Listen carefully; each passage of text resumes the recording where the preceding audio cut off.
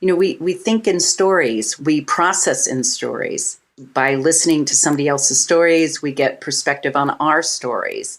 It's how we make sense of the world and how we make sense of our lives. And so that's why I think it's not just a feel-good or a do-good thing. It's a powerful way to build connections. This is Andrew Petty is Dying, where we tap into the power of our mortality to become the people we were made to be and live the lives we were made to live. I'm your host, Andrew Petty, and I'm dying. I hate to say it, but so are you. We all have a lot of competing demands and priorities, obligations and opportunities. Plenty of day-to-day things to tend to that have clear relevance. In the midst of all that, why would we set aside time specifically for cultivating deeper connections with fellow humans? What's the point of, quote, connection with others? On the one hand, a better question might be, why don't we set aside that time? Because perhaps its value is obvious on some level. But the fact of the matter is that many of us still suffer from a profound lack of meaningful human connection, especially in this global age. So though we may give it lip service, most of us don't really walk the talk. Marty McNabb is a personal historian and visual artist who creates visual narratives from clients' photo, document, and memorabilia archives. She's also an interactive story-sharing artist who helps people create connections by giving them a way to share the stories of the things they keep. That's what her company, Thing Tide Show and Tale, and her Show and Tale events are all about. Helping people connect has been part of Marty's mission from the beginning. In this episode, you'll learn how the things that we keep contain stories waiting to be told, how telling those stories connects us to our own story and to our fellow humans more meaningfully, and why all of that matters for you and me. Marty, when did you first realize the value of the stories behind our stuff?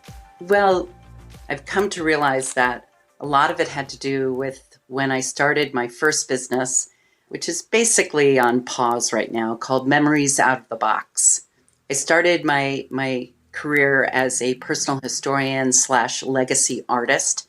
And what I desired for my clients was to get all their photos and documents out of their boxes, both digitally and physically, and create a visual narrative from those objects, from those things that they had collected or inherited that often get stuck in a box and then hidden away in attics and basements and storage units and basically out of the way for us to, and my clients, to interact with.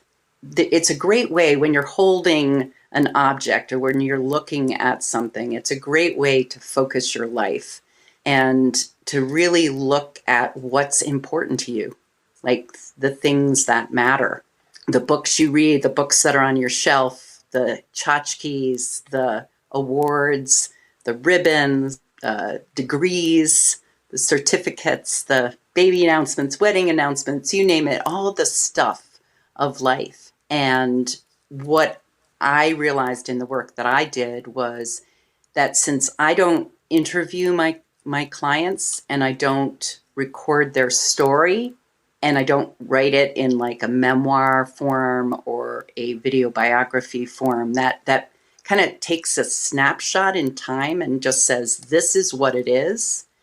My end products, my visual narratives that I created for my clients, the goal of it is that they could keep on telling their stories, that it's a generative experience when they look through the end products can be anything, but when they look through it, they get to tell the stories over to themselves and to other people and their family and create a shared experience about this visual narrative. So it can keep on growing and changing. And that's a powerful thing, is when we're able to recognize our power of changing the narrative or changing the story about our lives. And things have a way of holding stories, like it's almost like in their molecules or something. It's woven into the fabric. And I've been doing this for now close to 30 years. So yes, I've come to realize the immense ability for objects to hold our life stories. It's interesting. I wouldn't have guessed that you would have ended up where you ended up, which was that when we're more aware of our narrative, then we have an opportunity to change our narrative. But that sounds like a major part of what happens when people are able to view their life story in this visual way that you ultimately present it to them in. Yes. And now change is a neutral word, because one can change something for the better or for the worse. So when you see people changing their narratives, what do you see ultimately happening more often than not? Either in my work with Memories Out of the Box, which, like I said, is basically on pause because I live kind of a nomadic life, as you know. Is that witness protection program, or you can't see anything? You can neither confirm nor deny that. My lips are sealed, and I don't like digital organizing or working with things that were born digital. I like working with physical things, and that's one of the reasons why I'm not doing my work with Memories Out of the Box. But even with Show and Tales, my second, kind of a spin-off from Memories Out of the Box, I host story sharing gatherings reminiscent of elementary school show and tell, and people bring objects and photos, of course, which are objects, and share stories. And what I didn't plan on it. I didn't know that this is what was going to happen. But after hosting 200 events, I've found that if you create a safe space, a warm and welcoming space, it's amazing what the stories that people are willing to share and be vulnerable about, and share stories that they haven't shared with anyone before. And they transform their own narrative. They end up, by the sheer sharing the story of this object that holds something, you can see a lightness, like they transform right in front of my eyes. There's a lightness in their being that they end up starting to like smile, or even if some of this stuff is very intense, the act of sharing it in front of strangers, so to speak, in a safe space, you can see them lighting up. They start smiling, they loosen up, they relax. And some of them even get to a point where they start laughing. And they attach that story to the thing. They kind of realize their power. And then they realize their power to disconnect that story, to change that story. That's so interesting. What do you think is happening, given your experience over time with people and watching that happen? It sounds like pretty frequently. What is catalyzing that moment where, and as you said, it's in front of people they may not have met before, but somehow this environment and this framework that you've created is giving them an opportunity they haven't had before. So what is catalyzing this as far as you're aware? So it's interesting, Andrew, because as we have spoken about over our time knowing each other, is I'm working on trying to design my events in a different way for more engagement, for more interaction, even for the people who are mostly look and listeners, not the story sharers. But I'm just so grateful for the fact that I stumbled on this work, this powerful work that creates deep connections and community and talks about legacy. I don't have a background in psychology, or I'm not a social worker, but my work has started slowly connecting me with people who work in that field. And there's a woman that I just met at the Photo Managers Conference. Well, I didn't meet her in person. She beamed in on video. I think it's Judy Weisner. She does phototherapy, and she is a licensed social worker. She talks about the experience of using photos in therapy and the ability for those things a photo to like bring back the experience of trauma or whatever. And how then, because they're looking at a photograph, the distance just the physical distance from the photograph and the fact that this was, 10, 20, 30 years ago or 40 years ago allows them to have distance, basically perspective, right? This is the work that you do. I know, Andrew, this is sort of like a shortcut to providing. And that's what I've seen, even with my story sharers, that, having a physical object that they literally hold on to. It's like they call it a prop. Well, it is. It's a prop. It props them. I see they've never gotten up from front of people and told a story, and yet they have something in their hand, and you see they start telling the story, and then they look at the object, and it gives them that sense of, propping them up. But I think the biggest thing is when you have to tell your story to other people, then you end up realizing it's your story, and it could change. And it's just that ability to create some distance, so some perspective. Well, that is really beautiful. I love that. And I would not necessarily have known that. And it sounds like you've been discovering that along the way. Exactly. The graveyard groups that I lead are not therapy groups. I'm not a therapist. I can't presume to offer that kind of a service. And nonetheless, I found that the net result of that experience is a therapeutic one for people in the technical sense. They are in some ways healing themselves through the experience and being healed by the camaraderie and communion with other people. And it sounds like something analogous or similar is happening there. In this case, it sounds like some part of the therapeutic effect is that people actually take time to delve into their story. And in doing so, they then connect with their story. And then having connected with their story or become more intimately acquainted with one vignette in their story, they gain more agency in their story in the present. And this is connecting a lot of dots for me. I've said for a while, because I believe it to be true and I've experienced in my own life, that our story and our purpose in the world are inseparable. And that certainly has been true for me as I've worked hard to understand myself better. Much of it because I felt driven by pain. It was enough pain in my life. I wanted to try and relieve some of that. And I felt like understanding was what I needed in order to do that. But in the process, I've realized that as I got to know my story better, it began to open up to me new elements of my path and my purpose that I hadn't yet been aware of and would not have had access to had I not delved further into my story. So something really cool is happening there. Yeah. As you know, because you're eyewitness to all of this. I know. I just hosted maybe my fifth show and tales for the photo managers. So needless to say, any of your listeners out there probably recognize the overwhelming collection of photos, especially now in the digital age, that we have. So there is a field of, it's pretty small, but a field of people that will help you manage your photos and get them back in your life in some ways. So I hosted an event for them to kick off their virtual conference. And I've known these people for, a good 5 or 6 years, but I was just blown away by the story sharers' vulnerability and the stories that many of them said they'd never shared in public.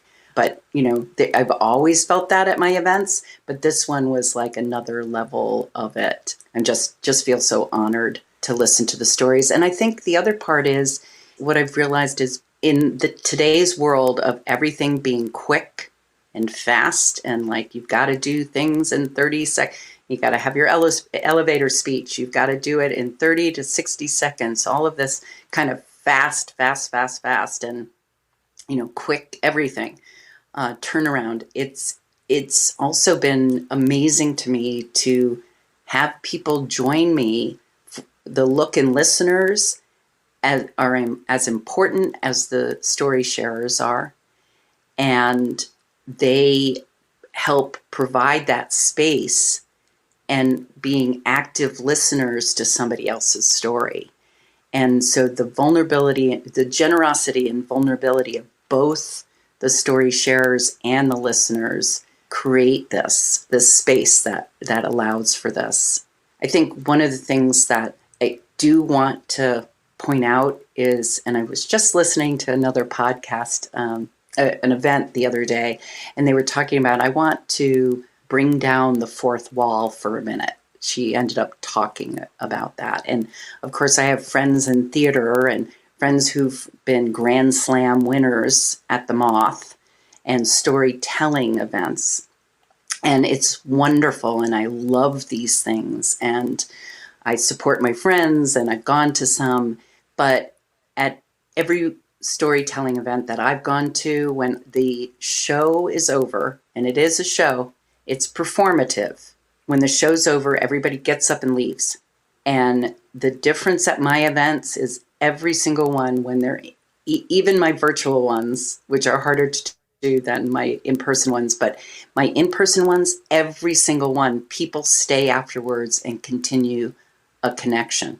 And this is already after an hour and a half of their investment of time.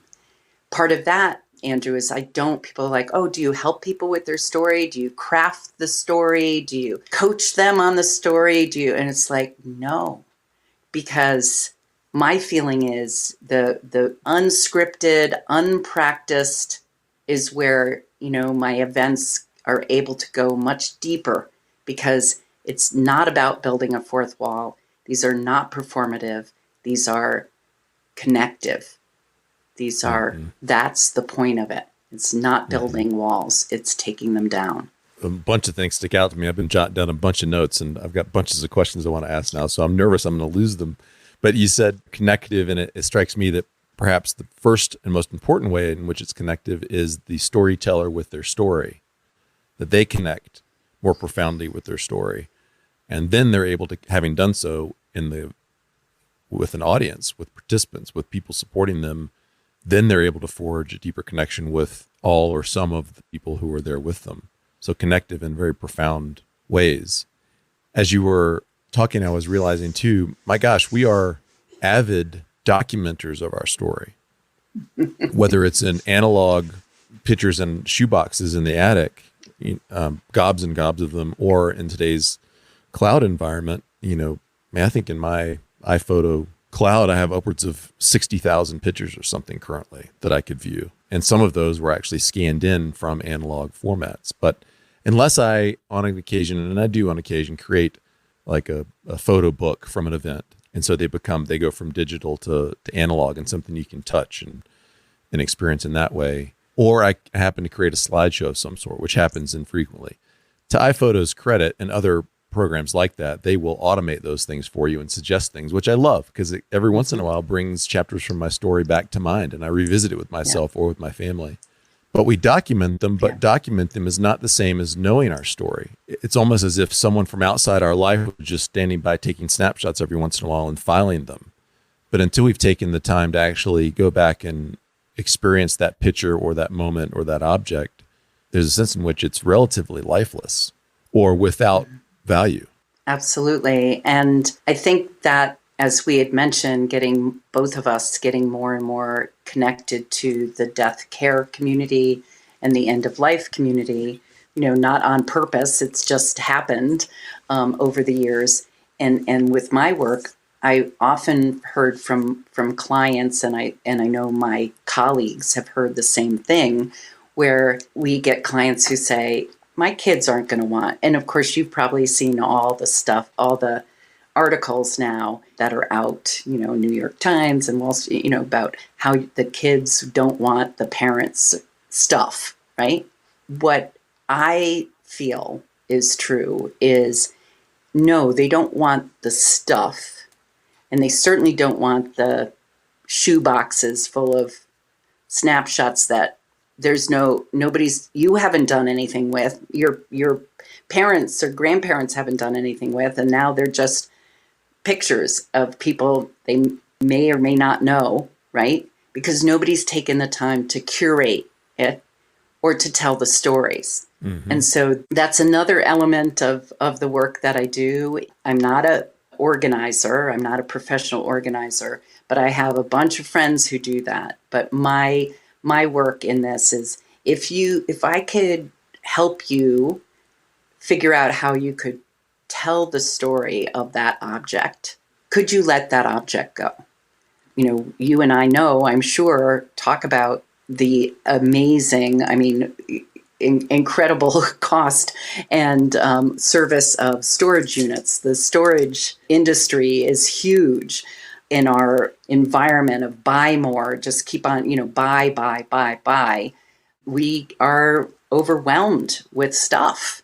We're just, have too much stuff often certainly as a society. I feel that. I feel the weight of our accumulated stuff, much of which we feel like we don't want to let go of, but much of it we rarely access or use. It's because we might need it, or that thing's special to me, so we'll hold on to it. And even as you're talking and saying, if you could tell the story of that thing, could you let it go? There's a lightness around that is refreshing, because maybe some of that stuff could go away if I took a moment to tell the story of that thing. But in not taking the time to tell the story of that thing, the story is still contained within it. And so I'm reluctant to let it go. It's very interesting. Yeah, I think it's powerful. And the other thing is that it just might, if you ended up taking the time to tell the story of that thing, that object, that photo or object, then somebody in your family may want it then. Because if people, they don't want just stuff. Like, it's not, I'm going to bring it up, my podcast, Things That Matter.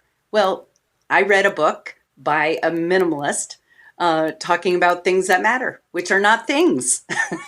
And you and I know, Andrew, that things don't matter. It's not that things matter. It's the stories that get attached to them that do. Mm-hmm. And like you said, if you can separate them, and what are museums and historical societies but great big show and tells? That's what they are. Mm-hmm. They're right. Objects that have stories. And stories that we found significant enough to enshrine somehow for posterity. Exactly. And because they're somehow our story collectively. They're our story, and we can see ourselves in it. Like, we can see, like, we're like, oh, I have something like that, or my family. And that's another thing that I really encourage my, community to consider is, so often we forget that we're living history. We personally, you and I, everybody listening, we are every single minute living history, and that our story matters. And therefore, in essence, what we all went through during the pandemic, we all experienced living history. We do it all the time, but the pandemic really forced it on all of us to recognize just how historic this moment is. And even historical societies and museums knew it. So they started collecting objects, collecting things that were created during the pandemic. I know, thankfully, we're kind of moving on, but it's the important lesson is to realize that your stuff that has a special story for you or your family or your ancestors, that stuff, you can tell the story and let go of it somehow, but also consider, because I've heard really horrible things where, like, the parent was just tired of moving stuff around and did, from one house to another, and kept on asking the kids if they wanted it. And the kids were too young. And the kids were like, no, like, we don't want it. We don't have any space for it. And so the parent got sick and tired of moving things around, and then just threw everything away. So don't go to that extreme. Like, this is not an either or. This is not a Marie Kondo or, hoarder situation. There is a happy medium, and always consider that your story not only is valuable to you and your family, but it is part of our collective history. And so when you're thinking about stuff that's in your attic and in your basement, do consider that there are some historical societies or museums that may want it. I mean, the entire African American museum in the DC area, the head of it ended up saying, I'm just so grateful for that people held on to this stuff in their attics, in their basements, in the, like in their homes, because the museum, wouldn't have the rich history that is physical history. It's written, it's in objects. If it weren't for these people holding on to these objects, and then responding to the call for these objects to tell the story, the collective story. So it's important that your listeners pay attention to that too. Their stories do matter, and their things matter in that way.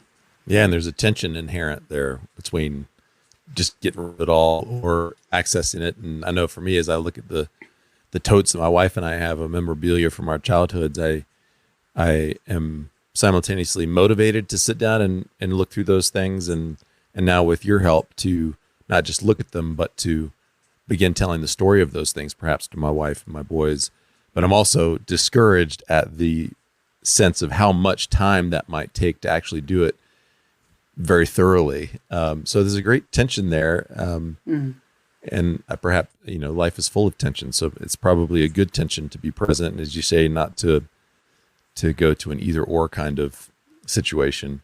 Right. It's serendipitous / providential time. And I was just home this past weekend at a nephew's graduation from college and made a stop over at my folks' house overnight. And my mom has been cleaning out some stuff and found a bunch of analog pictures to look through, and had, pictures of me in one folder and pictures of my sister and pictures of the family. And she pulled out some of me, and I started looking through them, and it was remarkable just the pull on my heart toward those pictures of younger Andrew, and a desire to understand who that person was. And I took pictures of a couple of them and sent them to my family back home, just to show them. And I recognize within me, as we're talking, just an impulse to go back again in time and look at those pictures and to reconnect with that younger man and tell some of the stories of that stage of life. In fact, it'd be a fun exercise for my family just to say, bring a few pictures that are significant to you from your life thus far, and then share why they're important. And I'm even thinking about, I'm planning with a buddy, we're planning a father-son camping trip this summer. And if everybody's willing to do it, it might be fun to do sort of a show and tell with objects. Everybody just brings an object and shares what it means to them, and allow each person to connect with their story and each person to connect with the person sharing their story in different ways. There's so much here. I love this. Yeah, I love it. So I hosted a show and tales for a community called Women on Fire a couple of years ago. Sadly, the community is on sabbatical, it's like on pause, and it might be permanent pause. I'm not sure, but I had a chance to do it. And the virtual assistant, or the main assistant to the woman who ran this community, she ended up asking me after it. She's like, I have my 50th birthday coming up, and we're all going to be, the whole family, from 8-year-old niece to her dad, who was 90. She was celebrating her 50th, and dad was the 90th.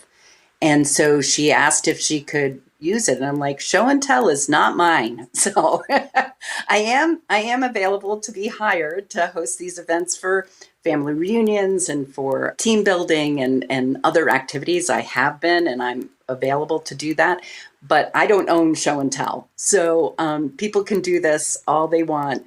And she was a little worried. She thought people weren't going to take it seriously.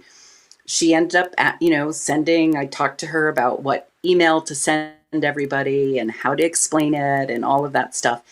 And they had the most profound experience as a family that they'd had in a long time. And at the end of it, everybody, including her dad and her 8-year-old niece, were like, when are we going to do this again? When are we going to do this again?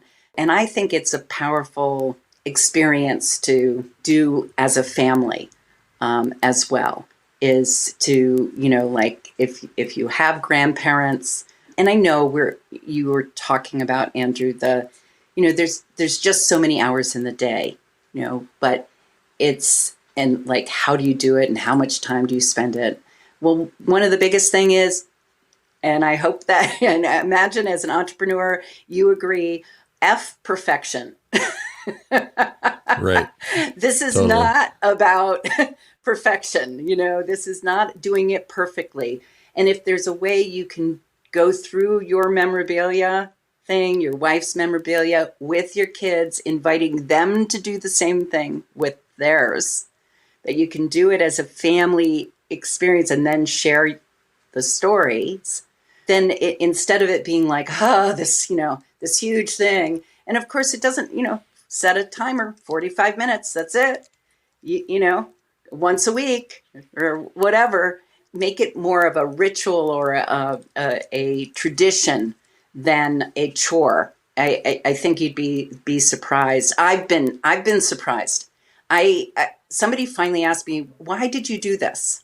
And I think digging a little deeper, I realized my parents are not good when my father passed away, but my mother's still here. They're not good storytellers. It sounds like you come from a family maybe of storytellers though, but I didn't. And if I ask those like story prompts, you can get books that have like story prompts. I would try to do that with my parents because, of course, I was part of the Association of Personal Historians, which, are memoir writers, oral historians, video biographers.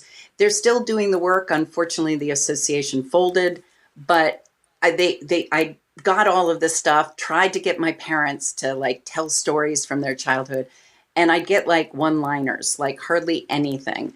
But then when I would like take an object and I put it in their hands and I'd say, tell me about this. Where did this come from? Why is it in your life? Why does it matter? My mother moved 13 times until she finally divorced my dad. I moved 9 times. So it's not like, you carry a lot of stuff with you. So it's like, if you're carrying that thing, it's either got a story or a purpose, and hopefully both. So I'm like, why is this in your life? Why do you have this still? And when I give them an object, they would just go off. It's like to the races, and the story would just fall out of them, like it just without anything more. So that's sort of I realize some people are great at putting their thoughts in writing. That's never been my style. It's never been something that is easy for me, or it's not my happy place. And obviously there's a whole bunch of other people who feel that same way too. And my parents were one of them. They're not writers, but you give them an object and they were telling every bit of the story. Let's address the most cynical listener out there who's saying, okay, stories sound nice. Story time sounds nice. I can see how that might be pleasant. But what's important about this? Not just pleasant or enjoyable or good for some lightheartedness. What's important about this in your perspective? Personal story sharing to me is the basis of building connections and relationships. So there's research, I've read it, I can't quote it, but there's research about the power of story sharing and stories and sharing family history to build bonds and build resilience for young people and the families. So this is a powerful tool for building self-esteem and for building a sense of place in a family, to recognize that through story sharing, we often end up sharing our traumas, like we put our traumas in perspective. We talk about hard times when we had difficulties, when something usually stories that are attached to things are either like very positive ones, but they don't have as big of a story as the ones that are transformational, are at moments when we didn't think we were going to make it, or when we had, quote unquote, a failure, we lost a job. It's like people holding on to, the box, that they, were let go and they had to put their everything into a cardboard box, So we hold on to things like that, and it by sharing our experience with that, the ability to pass on that sense of you can survive this, you can make it through this hard time, right? So, I mean, in a world where we're dealing with such high levels of mental health distress, suicide, and deep senses of disconnection, isolation, and loneliness. Simple, yet powerful experience of sharing our stories, like really being vulnerable and sharing our not our Instagram, not our like beautiful everything's set up, but the real stuff with one another helps in building deeper connections and community, in a sense of a shared humanity. And so that's why I think it's not just like feel good kind of thing. It's really, we think in stories, we process in stories. By listening to somebody else's stories, we get perspective on our stories. It's how we make sense of the world and how we make sense of our lives. And so that's why I think it's not just a feel good or a do good thing. It's really a powerful way to build connections. I want to add to that too, and just make some observations that are, they're not well documented through empirical research or any of the kinds of things that people tend to find most compelling sometimes. But I think you've tuned into sort of the prevailing narrative, which I think is different from reality very often. But the prevailing narrative, the one that you would hear on any of the news channels or on mainstream media or the internet, we appear to be a nation in search of our story again. Who are we? What are we up to? How do we move forward? Where have we come from? Is where we've come from okay? How do we relate to where we've come from? What does where we've come from mean for where we go from here? And, can we find an even better future for our country? And so I think on a national level, as an American people, no matter of ethnicity or origin or any of those kinds of things, we're a nation in search of our story, at least according to the way the prevailing narrative is being crafted. This all really hits me as an important way for us to begin reestablishing, to the degree that it's lacking, our narrative as a people, our story as a people. If each of us individually is willing to just get a little bit more acquainted with our own story, and not just journaling about our story, or a private matter, but can we, go one circle out from ourselves to our loved ones, our immediate loved ones, and share our story and begin to reconnect with our own stories, help other people connect with our stories, help us to connect with them in the sharing of our stories.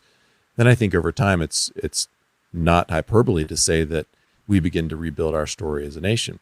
But I think we are a nation who, at least stereotypically, is typically more focused on what's in front of us and what can be achieved and what can be accomplished than we are on honoring who we've been and who we are today. We have sort of this myopia around progress, forgetting that the best progress is informed, in my opinion, by the best from our past and learning lessons from our past and transferring them forward. So I think there's a lot here for we Americans, maybe more broadly for many in the Western world, but I think even in other parts of the Western world, Europe and the like, there is still a connection to their heritage that's richer than ours, perhaps because some of the totems and artifacts of their cultures extend so far back into the past. I mean, you can go to England and be walking around and suddenly bump into a church that was built in 980, Old churches here were built in 1835 or whatever. So I think we Americans especially are hurting for this kind of thing. And hopefully there's a cynic out there listening or two who is willing to be open to trying this kind of thing. And in doing so will begin to not only enrich themselves, but to, as you said, fortify themselves with more resilience, a sense of their lives and their stories mattering. And I did an episode, actually it'll air this coming Monday. It's a reboot of an old episode called The Global Fish Pond Crisis. It was a bad title originally because people probably thought I was actually talking about a fish pond. I'm not. What I'm attempting to say is that in this global age, establishing and stabilizing an individual identity is a Herculean task because you're born into a digital age and all of the world is available at your fingertips from day one. And how does a little fish establish itself in a global fish pond? And that's the question that I'm attempting to help us gain some resolution around. And so if that's at all accurate, that we are each of us little fish in a global fish pond, perhaps one of the ways that we establish the boundaries of our own fish pond and become whatever fish we want to become in that pond is through being willing to connect with our stories. This used to happen in more primitive times around the evening fire as you were cooking your dinner. You would immediately be telling the stories about the hunt of that day and, whatever crops are not coming up. And, the family's history was alive and well all the time. It was part of the fabric of their daily life. Absolutely. But of course, we have to fight for that now. I think what you're offering is one way that we can begin to reclaim an essential part of our humanity that has been largely forsaken. Not altogether, but, en masse, perhaps it has been forsaken in any way that would make it utilitarian or transformational for our culture. The point that you made is that we're much more focused here in the United States on being productive, things that can put us forward, that can build more wealth, either individual or for a corporation. We're very, very focused on being human doings instead of human beings here. We live to work, not work to live. And in Europe, it's very much a work to live. The time outside of work is the time that people talk about and, share stories and family and history. It's a cultural thing for sure. So that has been our history as a young country, progress at all cost. But I think with the mental health crisis we're having and the crisis around isolation and loneliness that makes the mental health crisis so big now, I think that we're coming to realize that, and all the health stuff, the wellness community, we're recognizing the importance of slowing down and being human beings instead. And I agree with you about the narrative, the national narrative about being divided and who are we. But as someone who's traveled the country, I traveled 5 months last year and know a lot of digital nomads that are out there interviewing people. And I just have to say, from our experience, the world isn't as divided. Our country is not as divided as the major networks are wanting us to believe. We found, while talking with people, that we're much more connected. We care about each other, even though we may have differences of opinion on matters. It's not as divided. That is another important part of the work that I do with Show and Tales, is when I've got 24 different themes. I'm just going to say a few: love letters, lockets, and valentines, cards, letters, and thank you notes, scars, tats, and piercings, tails, paws, beaks, and claws. So 24 different themes. And of course, there's a kitchen edition one as well. My favorite thing, the kitchen edition. And when people bring an object related to that theme, it has a way of building those connections across communities that wouldn't necessarily be in the same room, wouldn't know one another's stories, wouldn't be open, wouldn't have an opportunity to connect across cultures. But the work that I do, it's really important that it's co-generational, it's intergenerational, it's multicultural, and it allows people this little insight into one another's lives that helps break this sense of separation and difference. And that's one of the reasons why I'm still doing this 10 years later, 200 plus events and growing. That's wonderful. And I hope you will persevere for many, many years in this, because it is no small thing what you're doing. And I hope that your reach continues to expand and its impact continues to expand. And thank you for helping us all to get more connected with our stories individually and more broadly too. What do you hope everyone would take away from today's conversation? I hope that the main thing is that your story matters. And if you are someone like me who struggles with writing your story, you can start by looking around your house, on your person, the clothes you wear, the hats, jewelry, of course. Look around your space and just pick a few objects that tell a bit of your personal history, and just jot what the object is down. And nowadays you can record it on your phone. Everybody has a phone, has a video and phone, generally speaking, that can take a photo or a video. And just, for now, just share it with yourself. What do the things that you surround yourself with, that you've chosen to be in your space, what do they tell about you? And again, if you do that for yourself, and then I encourage you to share it with someone, share it with a loved one, or strangers. You can always join me at my virtual show and tales and share your story with total strangers, if that would be helpful as well. How can our listeners connect with you? I am mostly active on Instagram. It's Show and Tales, TALES is my handle. And on LinkedIn, my company name is Thing Tide Show and Tales. And you can look me up there, or you can look me up at Marty McNabb and connect with me on LinkedIn. And lastly, I also have a podcast / YouTube channel called Things That Matter with Marty McNabb. I would welcome any of your listeners if they have a thing that matters, that has a story, and they'd like to share that with my community and my listeners, to reach out to me and say that you'd like to be a guest on my podcast. It's very new. I don't have a huge following yet, but I'm part of the 10-year Overnight Success Club, and I have no plans, Andrew, of stopping this. This is my passion. It's my life. It's my purpose. It's my why. It's the reason why I'm here, is to host these spaces for people to create deeper connections, community, and legacy, one story of stuff at a time. Well, I'm grateful that you've summoned the courage and continue to summon the perseverance and resolve to stay on that path and continue doing your best to fulfill that purpose, because it's so valuable.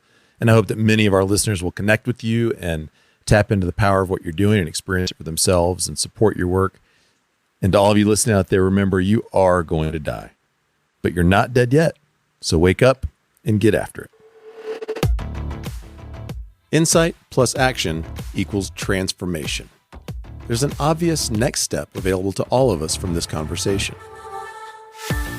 Pick something that you've kept and tell someone the story it contains. It would be way easier not to take this step. No one else would know if you didn't. But I suspect that if you listen to this podcast, you're committed to assuming full responsibility for your life today, and one day dying with no regrets. You regularly summon courage to take new action in the world so you can get new results. If you don't know who to share your story with, connect with Marty to register for an upcoming show and tale event, or connect with me. I'm all ears. In the Graveyard Group, write your best life story with the support of your very own confidential board of advisors. Harness the power of the mortality mindset and human connection to break free from the status quo, become the person you were made to be, and live the life you are made to live with guts, gusto, and abandon. New groups for men and women are forming now. To learn more, visit andrewpettycoach.com to schedule a free 1-hour coaching session with me. Find me on Facebook, Instagram, and LinkedIn at Andrew Petty Coach, or email me at andrew@andrewpettycoach.com. I'm so glad you tuned in today. Don't forget to follow this show, and I'll see you next time on Andrew Petty is Dying.